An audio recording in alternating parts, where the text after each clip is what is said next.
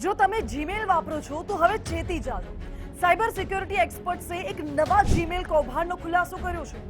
નમસ્કાર, આજનો જાણવા જેવું સાથે હું છું માનસી સોની। હાલમાં એક નવા જ પ્રકારનો સાયબર ફ્રોડ સામે આવ્યો છે, જેમાં સ્કેમર્સ ગૂગલ જેમિનાઈ એઆઈ ટૂલનો દુરુપયોગ કરી રહ્યા છે। આ ખતરનાક કૌભાંડનો હેતુ યુઝર્સના જીમેલ પાસવર્ડ અને એકાઉન્ટ ડિટેલ્સ ચોરી કરવાનો છે। જીમેલનું જેમિની કૌભાંડ શું છે? તો ગૂગલનું જેમિની એક એઆઈ ટૂલ છે જે સાઇડ બાર દ્વારા જીમેલ જેવી એપ્લિકેશનોમાં એકીકૃત થાય છે। તે ઈમેલ્સનું સારાંશ આપે છે, કેલેન્ડર અપડેટ કરે છે અને યુઝર્સને સ્માર્ટ જવાબો પણ આપે છે। પરંતુ હવે હેકર્સ આ ટૂલનો ઉપયોગ કરે છે યુઝર્સને છેતરવા માટે।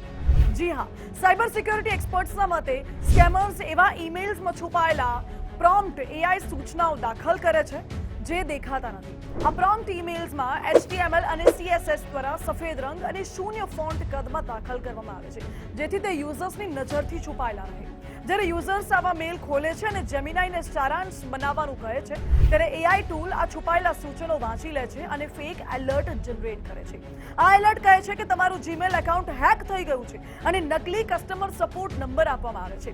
આવું એલર્ટ જોઈને ઘણા બધા લોકો આ એલર્ટ ઉપર ક્લિક કરે છે અને કસ્ટમર સપોર્ટ નંબર આપે છે, એના ઉપર ક્લિક કરે છે, સપોર્ટ મેળવે છે અને ત્યારબાદ શરૂ થાય છે આ કોઈ છેતરપિંડીનો ખેલ। જો યુઝર્સ તે નંબર પર કોલ કરે છે તો સ્કેમર્સ તેને સેન્સિટિવ અથવા કહું કે પ્રાઇવેટ એકાઉન્ટ ડિટેલ્સ આપવા માટે કહે છે અને આવી રીતે યુઝર્સને છેતરપિંડીની જાળમાં ફસાવે છે આ સ્કેમર્સ। હવે સવાલ એ છે કે આ એઆઈ આધારિત જીમેલ કૌભાંડથી કેવી રીતે બચી શકાય? તો અજાણ્યા ઈમેલ્સમાં આપેલી લિંક્સ પર ક્લિક ન કરશો। હંમેશા વેબસાઇટનો URL કાળજીપૂર્વક તપાસો। રિયલ જીમેલનો URL છે https://mail.google.com। જો કોઈ ઈમેલ તમને શંકાસ્પદ લાગે તો તરત જ રિપોર્ટ ફિશિંગ દ્વારા તેની જાણ કરો। સમય સમય પર તમારા જીમેલ પાસવર્ડને બદલતા રહો। 2 ફેક્ટર ઓથેન્ટિકેશનનો ઉપયોગ કરો, જે તમારા એકાઉન્ટને ડબલ સુરક્ષિત રાખે છે।